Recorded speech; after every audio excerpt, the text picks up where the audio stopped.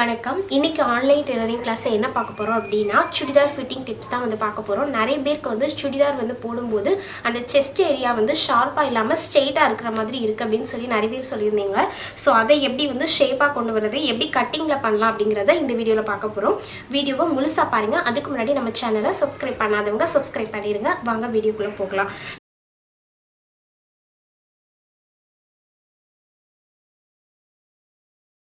நம்ம ஏற்கனவே blouse churidar cutting video நம்ம ஏற்கனவே நம்ம சேனல்ல போட்டிருக்கோம்.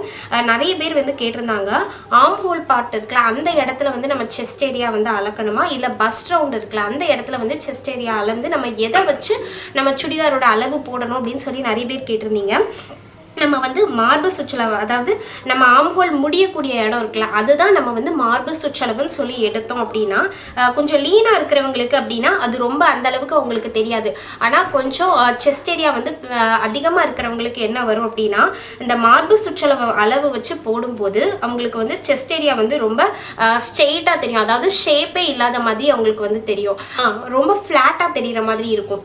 சுடிதாரில் ரொம்ப ஃப்ளாட்டாக இருக்கிற மாதிரி செஸ்ட் ஏரியா தெரியும். ஸோ அதனால நிறைய பேர் என்கிட்ட கேட்டிருந்தாங்க, இதுக்கு எப்படி நம்ம ஷேப்பா கொண்டு வரணும் சுடிதார்ல அப்படின்னு சொல்லி கேட்டிருந்தாங்க. அதுக்கான வீடியோ தான் இது. நம்ம சுடிதார்ல இப்போ நான் இது என்னோட மார்பு சுற்றளவு பார்த்தீங்கன்னா ஆர்ம் ஹோல் நம்ம கைக்கு இடையில வச்சு அளவு எடுப்போம்ல அந்த அளவு எனக்கு 34. என்னோட பஸ்ட் ரவுண்ட் மெஷர்மெண்ட் 35. ரொம்ப டிஃப்ரென்ஸ் வராது. மேக்ஸிமம் எல்லாருக்குமே நம்மளோட அந்த கை உயர்த்தி நம்ம எடுப்போம்ல ஆர்ம் ஹோல் பார்ட்டுக்கும் நம்ம பஸ்ட் ரவுண்டுக்கும் 1 இன்ச் இல்லை 1.5 இன்ச்சுக்குள்ள தான் நமக்கு வித்தியாசம் வரும்.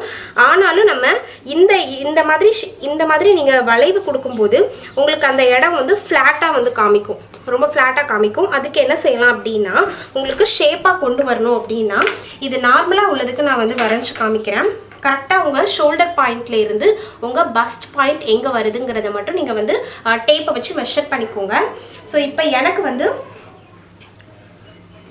9.5 இன்ச்சில் இருக்குது. பஸ்ட் பாயிண்ட் எனக்கு 9.5 இன்ச்சில் இருக்குது. ஸோ இப்போ இந்த இடத்துல நான் பஸ்ட் ரவுண்ட் மெஷர்மெண்ட் போட போகிறேன். நான் எனக்கு பஸ்ட் ரவுண்ட் 35 சொல்லியிருந்தேன்னா 35 1/4 பண்ணிவிட்டு +1 பண்ணும்போது எனக்கு 9.25 இன்ச் வரும். ஸோ நான் அதை இதில் மார்க் பண்ணிக்கிறேன்.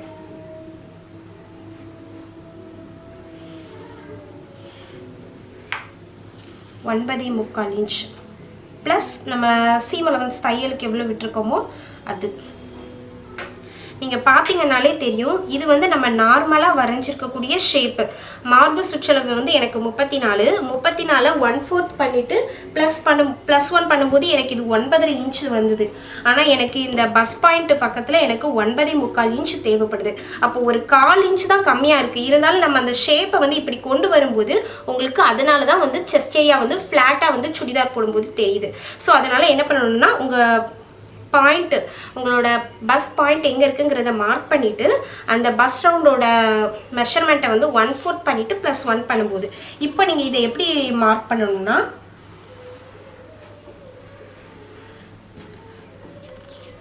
இதுக்கப்புறம் நீங்கள் இந்த மாதிரி வளைவாக கொண்டு வந்தீங்க அப்படின்னா இந்த வித்தியாசம் உங்களுக்கு பார்த்தீங்கன்னாலே தெரியும்.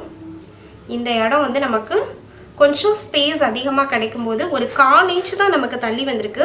இந்த 1/4 இன்ச் நீங்கள் கொடுக்கல அப்படிங்கிறதுனால தான் உங்களுக்கு ஃப்ளாட்டாக உங்களுக்கு சுடிதாரில் அந்த மாதிரி தெரியுது. ஷேப்பாக வேணும் அப்படின்னு நினச்சிங்கன்னா நீங்கள் இந்த மாதிரி மெஷர்மெண்ட் எடுக்கலாம். ஸோ இனிமேல் இந்த டவுட் வராது. மார்பு சுற்றளவு எடுக்கணும்னா மார்பு சுற்றளவுனா எந்த அளவு அப்படிங்கிறதுலே நிறைய பேருக்கு டவுட் இருந்தது. மார்பு சுற்றளவு அப்படின்னாலே நம்ம கைக்கு இடையில விட்டு மெஷர் பண்ணுவோம்ல அந்த அளவு தான் மார்பு சுற்றளவு. ஆனால் பஸ்ட் ரவுண்ட் அளவு வேணுங்கிறவங்க மட்டும் இந்த மாதிரி நம்ம மெஷர் பண்ணிக்கலாம். ஸோ ஷேப்பாக வேணும் சுடிதாரில் ஃப்ளாட்டாக இருக்குது அப்படின்னு நினைக்கிறவங்க எல்லாருமே இந்த மெத்தட் ட்ரை பண்ணி பாருங்கள். கண்டிப்பாக உங்களுக்கு சுடிதார் நல்ல ஷேப்பாகவும் ஃபிட்டாகவும் கண்டிப்பாக இருக்கும். ஸோ இந்த வீடியோ எல்லாருக்கும் யூஸ்ஃபுல்லாக இருக்கும் அப்படின்னு நினைக்கிறேன். இந்த வீடியோ உங்களுக்கு பிடிச்சது அப்படின்னா லைக் பண்ணுங்கள், ஷேர் பண்ணுங்கள். ஏதாவது டவுட் இருந்தால் கமெண்ட் பண்ணுங்கள். அதுக்கு முன்னாடி மறக்காம நம்ம சேனலை சப்ஸ்கிரைப் பண்ணுங்கள். தேங்க்யூ.